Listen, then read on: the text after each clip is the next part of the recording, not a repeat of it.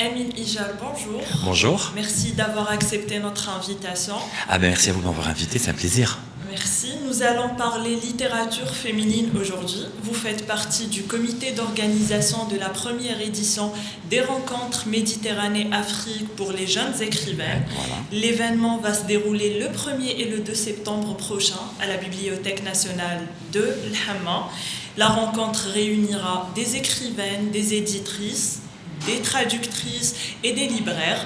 Elles vont partager leur expérience, parler des difficultés qu'elles rencontrent dans l'exercice de leur métier et aborderont également les défis qui s'imposent à elles dans l'évolution de leur carrière. Amine, est-ce que vous pouvez nous parler un petit peu de cet événement, comment il va se dérouler? Écoutez, l'événement, les premières rencontres annuelles Méditerranée-Afrique des jeunes écrivaines, Ramage, auront lieu, vous l'avez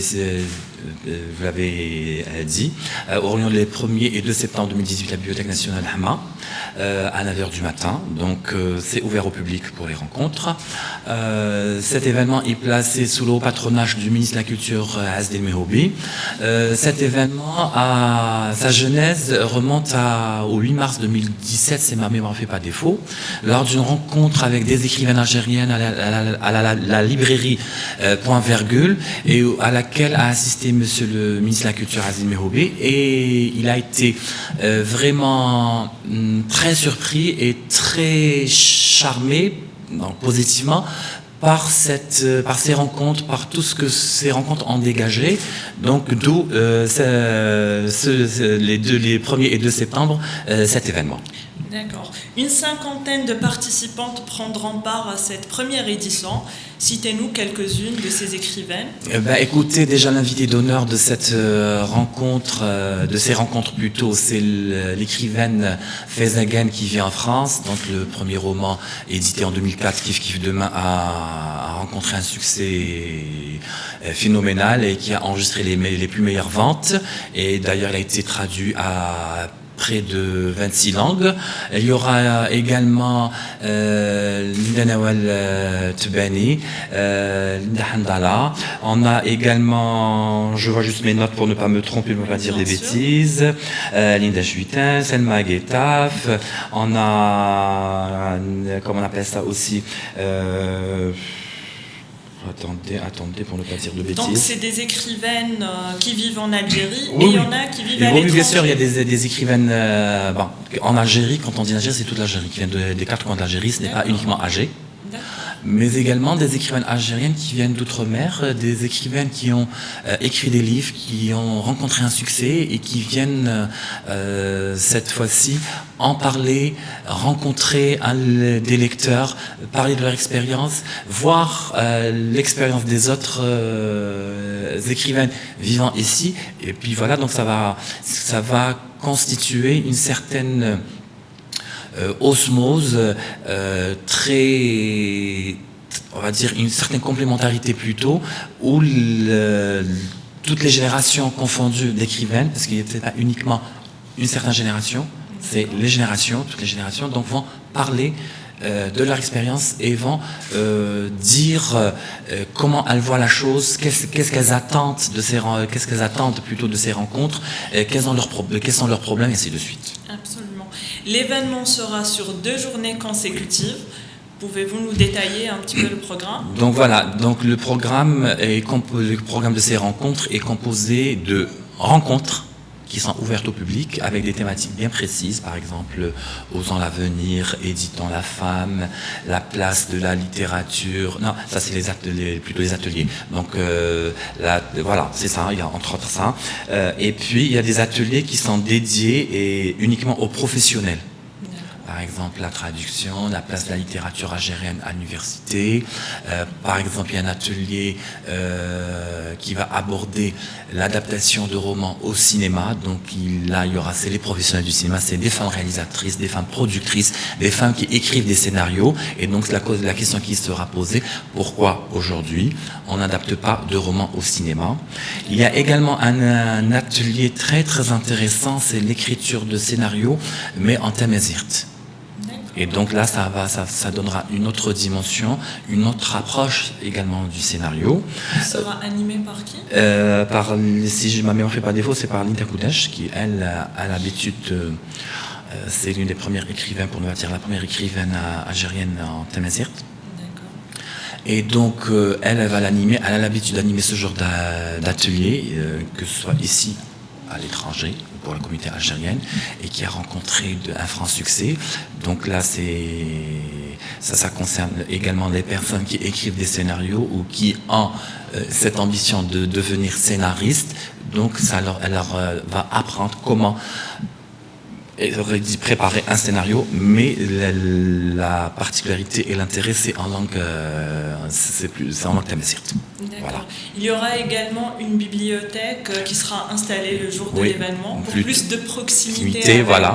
Les publics, c'est plutôt la grande librairie Ramage, donc où les présents, le public pourra trouver les œuvres des écrivaines qui participent à ces rencontres, mais également c'est l'occasion à ces écrivaines de rencontrer leurs lecteurs via la vente dédicace. Donc c'est toujours ce moment convivial quand les écrivains ou les écrivaines dans l'absolu, quand ils font cette vente dédicace, de rencontrer leurs lecteurs, d'échanger quelques mots, de signer un livre. Et donc, il y aura ça. Aussi, il y a une particularité, et donc la primeur c'est pour vous, c'est qu'il y aura également 3 nouveautés littéraires. Des éditeurs ont décidé de sortir de nouveaux livres pour cette rencontre. C'est-à-dire que, par exemple, le dernier livre de Meïssa Ablé sera présent, qui vient juste de sortir en France, mais en Algérie, il sera disponible lors de ces rencontres. Donc voilà, il y a ça. On a aussi, en marge de ces rencontres, 3 stands qui seront 3 stands. Donc le premier concerne Wikipédia Algérie, qui va créer des fichiers pour les écrivaines participant à ces rencontres. Donc ça leur donnera une meilleure visibilité. Aujourd'hui, en tant que lecteur ou en tant que professionnel des médias, quand on cherche une biographie d'une écrivaine, on la trouvera facilement. Il y a aussi la participation du Fonds des Nations Unies pour la population, qui a opté pour l'écriture, qui présentera une pièce de théâtre, donc portant sur les questions et les droits de la femme et des jeunes. Donc c'est un projet assez intéressant dans le sens où ce fonds a décidé de soutenir l'événement il a opté soutenir l'événement et il a opté pour l'écriture, pour rester dans le thème, en présentant cette pièce qui sera présentée par des jeunes et dont la thématique reste toujours d'actualité. Et enfin, le dernier stand, c'est celui de l'Office national des droits d'auteur et droits voisins, toujours dans la continuité de sa mission de protection de la propriété intellectuelle. L'ONDA va délivrer des cartes d'adhérents aux participantes, parce qu'il faut juste signaler une chose, c'est que beaucoup ne savent pas que quand on a juste un manuscrit, même s'il n'est pas édité, je peux écrire un scénario qui n'est pas encore pris pour être tourné. Je peux écrire une chanson, je peux écrire un recueil de poésie, je peux écrire un concept, je peux le déposer et je bénéficie d'une carte d'adhérence. Ça va permettre aux participantes quand même de voir que leurs œuvres seront protégées et que la propriété intellectuelle sera également protégée. D'accord. Quand on dit jeunes écrivaines, est-ce qu'il y a une tranche d'âge ou bien jeunes écrivaines débutantes dans l'écriture? On n'arrive pas vraiment écoutez, jeunes écrivaines, en fin de compte, ça peut porter à confusion, mais il y a l'âge aussi. Mais également, les jeunes écrivains, c'est ces écrivaines qui ont écrit 1 ou 2 romans. Même si elles sont d'un certain âge, mais ça reste toujours 2 jeunes écrivaines. C'est les écrivaines qui qui s'essayent à la littérature, à l'écriture, donc elles débutent. Donc jeune dans prendre le terme jeune dans toute sa, moi je dirais dans toute sa splendeur. Parce que pour moi, la femme, quel que soit son âge, elle restera toujours jeune, et elle est toujours jeune. Et donc voilà, ça concerne les jeunes, les débutantes, celles qui sont jeunes, celles qui ont écrit déjà, mais qui ont juste un roman, un recueil de poésie, et qui n'ont pas encore écrit. Pour des raisons X ou Y, peut-être n'ont pas eu l'occasion de se faire éditer, peut-être elles ont rencontré des problèmes. Donc voilà, ce sera l'occasion pour elles de rencontrer des professionnels, des éditrices, voilà, parce qu'il y a des éditrices, et donc trouver une solution. Elles vont rencontrer des écrivaines qui, elles, ont cette facilité d'être éditées, et donc elles peuvent apprendre, trouver le moyen et comprendre pourquoi peut-être elles rencontrent ces difficultés. D'accord. Donc cet événement se clôturera par un bel hommage. Il y aura le lancement du prix littéraire Yamina Meshakra. Pour ceux qui ne la connaissent pas, Yamina Meshakra est romancière et psychiatre, décédée en 2013. Elle est l'auteure de 2 romans, La grotte éclatée, préfacée par Kate Biassine, et Harris, publié en 1999. Alors, qui peut concourir à ce prix? Oui, cette édition est également un hommage à la défunte écrivaine et psychologue Yamina Meshakra.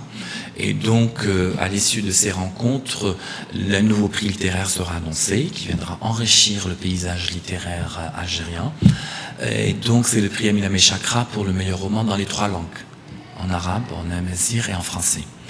Et la particularité de ce prix, c'est que les membres du jury de ce prix, c'est-à-dire en arabe, en français, en amazigh, sera exclusivement constitué de femmes.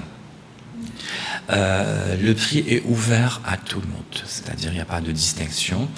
Pendant les 2 jours, les membres du jury vont se réunir pour déterminer et fixer le règlement intérieur du prix.